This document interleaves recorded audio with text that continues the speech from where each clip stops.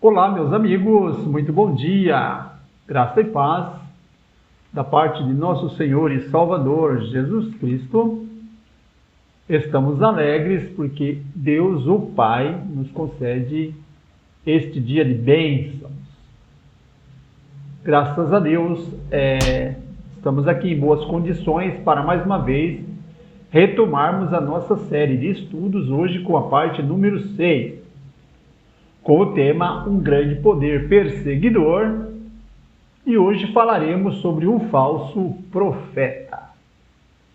Muito bem, esse é o seu canal Pura Verdade e eu sou Valdemir Bernasconi. Se você é novo por aqui, por favor, já peço que se inscreva neste canal, deixe o seu like para que esse canal possa desenvolver-se, compartilhe este vídeo com seus amigos, deixe o seu comentário, que é muito importante sabermos a sua opinião sobre esse assunto. E assim temos certeza que juntos nós vamos espalhar o Evangelho da salvação e a verdade tão necessária para um mundo que infelizmente prevalece o engano. Mas nós vamos ter uma palavra de oração neste momento, para começarmos o nosso estudo. Então, convido a você para que juntos oremos ao Senhor. Oremos então. Pai bondoso e eterno, exaltado e glorificado seja o teu nome, porque o Senhor é muito bom, suas misericórdias duram para sempre, ó Pai. Sabemos que o Senhor nos ama e prova nos deu, enviando o seu único Filho, para que assumisse as nossas culpas, os nossos pecados, e nos méritos do seu sacrifício, podemos ser então salvos.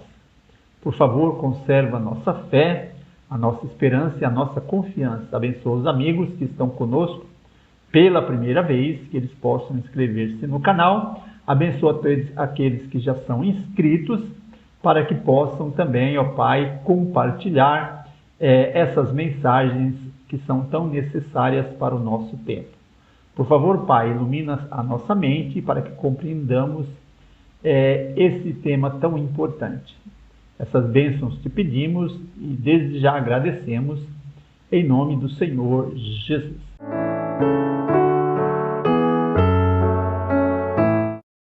Muito bem, amados, Um Grande Poder Perseguidor, parte 6, é a penúltima parte, e vamos falar hoje sobre o falso profeta.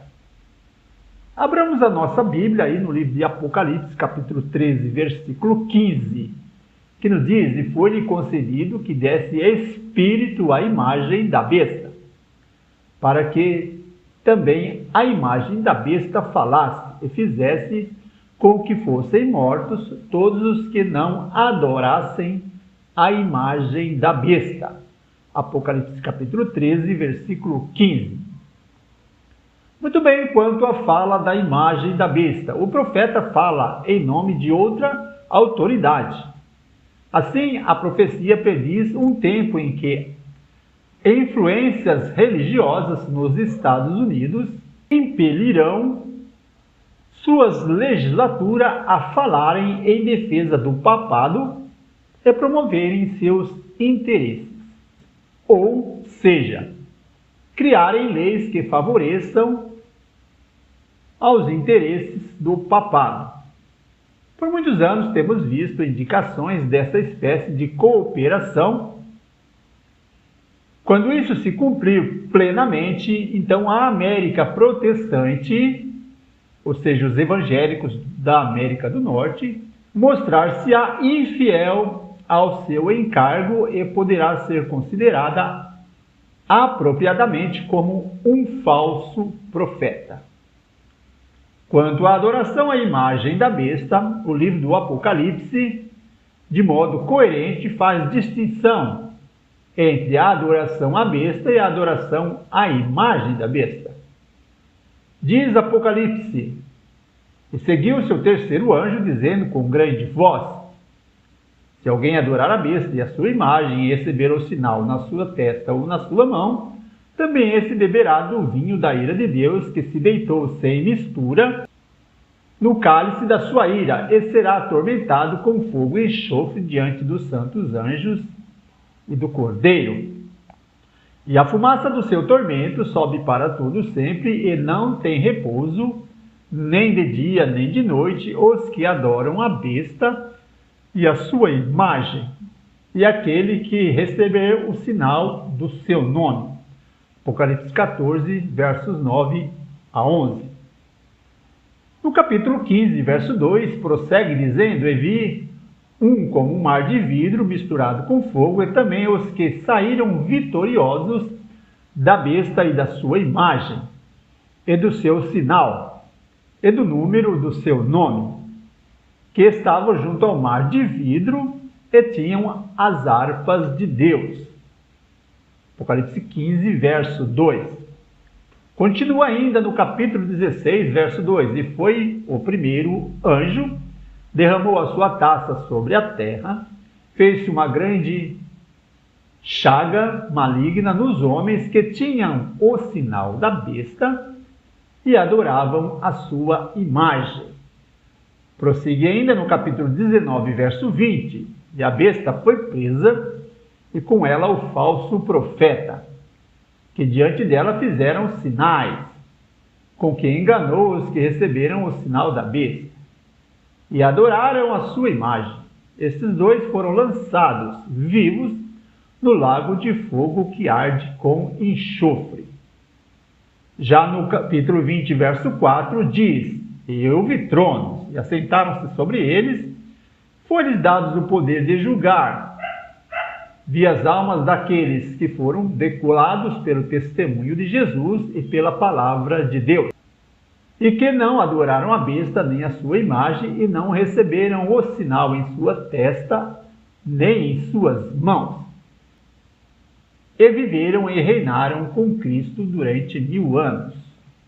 A dedução é que não somente o papado estará envolvido no estabelecimento da imagem da besta, mas também outras corporações que professam ser cristãs, as quais, com o papado, estarão coligadas com o governo, ou seja, utilizando-se do poder civil, do poder do Estado.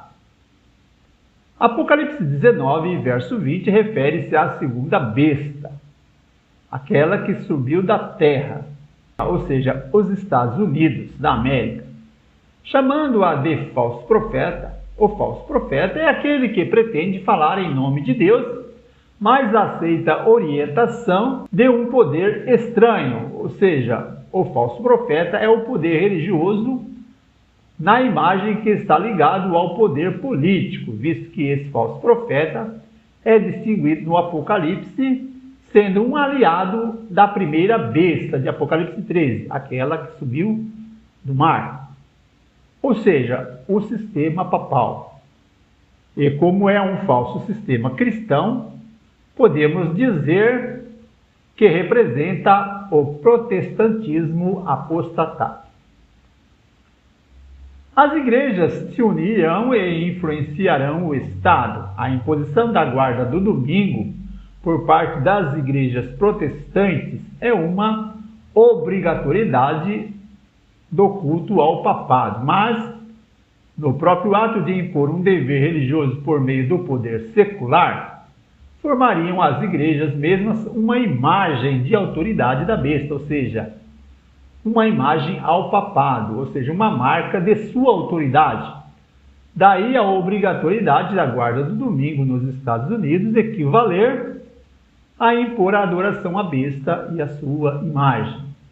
Grande Conflito, página 449. Muito bem, o Espírito de Profecia, volume 4, página 278, nos diz: quanto às igrejas do nosso país, unindo-se em tais pontos de fé que lhes são comuns, e influenciarem o Estado a impor seus decretos e amparar suas instituições, então a América protestante terá formado uma imagem de autoridade e hierarquia romana. Nesse tempo, a igreja verdadeira será atacada pela perseguição. como sucedeu no antigo povo de Deus. Apocalipse 13:16 continua dizendo: e faz com que todos, pequenos, grandes, ricos e pobres, livres e escravos, lhes seja posto um sinal na sua mão direita ou na sua testa. Quem faz isso senão o protestantismo apostatado, ou seja, o falso profeta?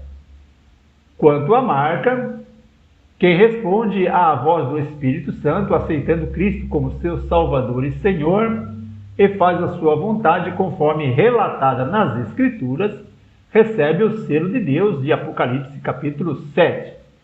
Quem aceita o controle dos demônios em sua vida, dá as costas a Cristo e rejeita a sua santa lei, esse então recebe a marca da besta.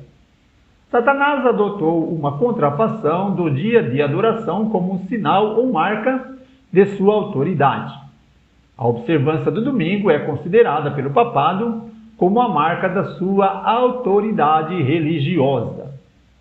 Lição da Escola Sabatina, 963, lição 9, página 3.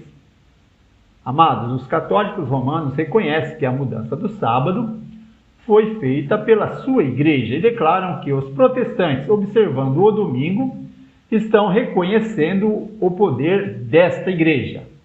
No Catecismo Católico da Religião Cristã, em resposta a uma pergunta sobre o dia a ser observado em observância ao quarto mandamento, faz-se a seguinte declaração: enquanto vigorou a antiga lei, o sábado era o dia santificado, mas a igreja, instruída por Jesus Cristo e dirigida pelo Espírito de Deus, substituiu o sábado pelo domingo. Assim, santificamos agora o primeiro dia e não mais o sétimo dia. Domingo quer dizer, e agora é dia do Senhor. Grande Conflito, página 447. Isso é o que a Igreja Católica prega e quer que os seus fiéis creiam. Mas a Bíblia não diz nada disso e nem autoriza tal mudança. Mão e testa, a alternativa à marca da besta é o selo de Deus. Ou você tem o selo de Deus, ou você terá a marca da besta.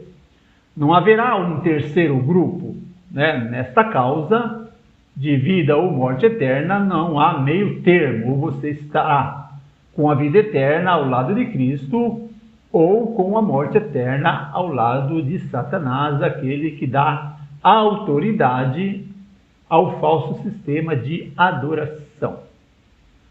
Muito bem, o selo de Deus é colocado apenas sobre a testa dos fiéis, ou seja, a consciência, a razão, entendendo voluntariamente que o sábado é o dia do Senhor. O selo de Deus é colocado apenas sobre a testa dos fiéis. A mão faz contraste com a testa, e isso indica que algumas pessoas estarão aceitando mentalmente a legislação que apoia a marca da besta e outras não. Alguns irão aceitar as exigências por medo de represálias. A testa, queridos, representa mente, razão, caráter, com a qual servimos a Deus. Diz o apóstolo Paulo: dou graças a Deus por Jesus Cristo nosso Senhor, assim eu, que mesmo com o entendimento sirvo a lei de Deus, mas com a carne a lei do pecado. Romanos 7:25.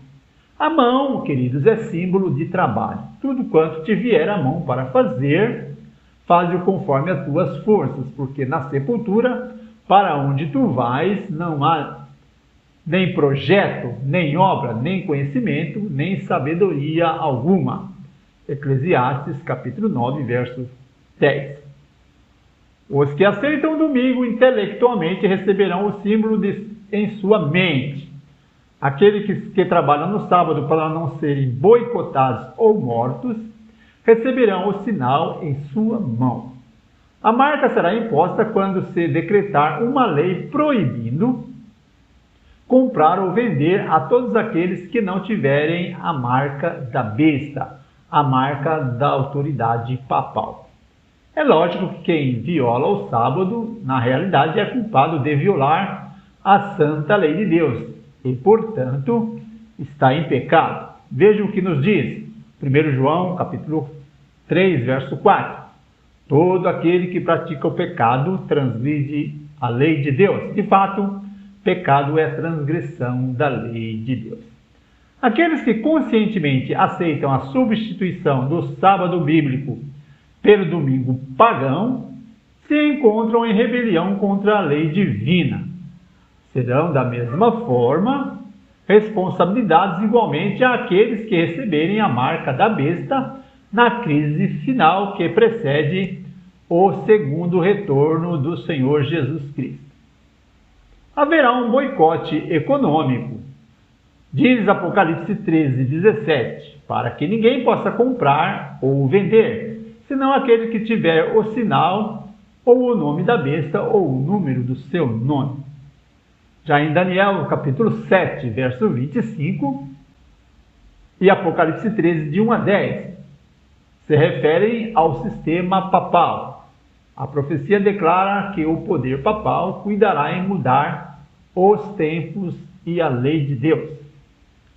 A besta que sobe da terra, parecendo cordeiro, ou seja, os Estados Unidos da América do Norte, Apocalipse 13, de 11 a 17, impõe a observância dessas leis falsificadas, modificadas.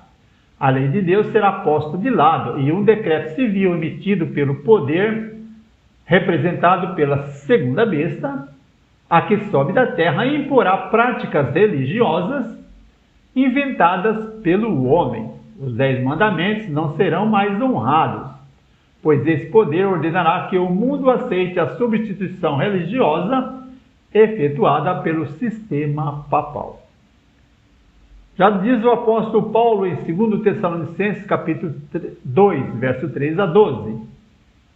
Ninguém de maneira nenhuma vos engane, diz ele, porque não será assim sem que antes venha a apostasia e se manifeste o homem do pecado, o filho da perdição, o qual se põe e se levanta contra tudo o que se chama Deus ou se adora, de sorte que se assentará como Deus no templo de Deus, querendo parecer Deus. Não vos lembrais de que essas coisas vos dizia quando ainda estava convosco? E agora vós sabeis o que o detém, para que o seu próprio tempo seja manifestado. Porque já o ministério da injustiça opera, somente há um que agora o detém, até que do meio seja retirado. E então será revelado o iníquo, a quem o Senhor desfará pelo sopro da sua boca e aniquilará pelo resplendor da sua vinda.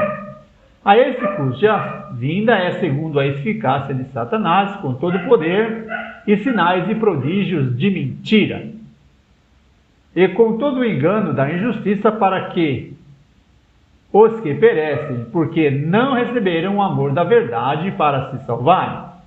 Por isso Deus lhes enviará a operação do erro para que creiam na mentira, para que sejam julgados todos os que não creram na verdade, antes tiveram prazer na iniquidade.